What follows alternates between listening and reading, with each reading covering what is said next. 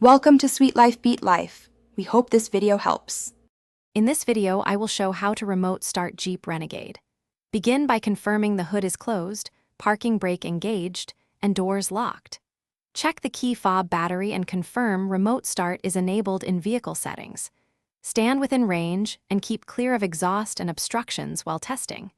If the vehicle does not start, repeat steps and consult your owner manual for remote start options and troubleshooting tips. Use the key fob method by locking the Renegade first, then pressing and holding the remote start button for 3 seconds until the lights flash.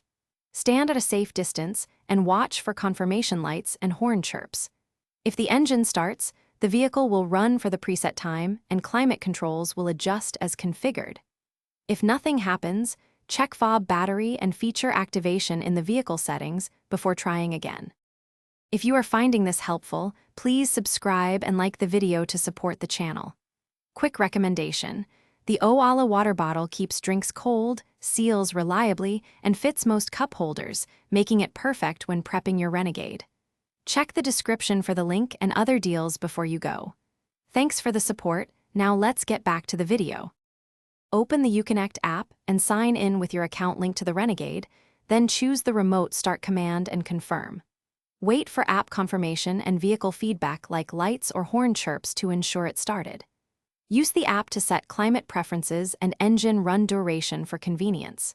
If the app fails, verify cellular coverage, subscription status, and that the vehicle is registered correctly in your account.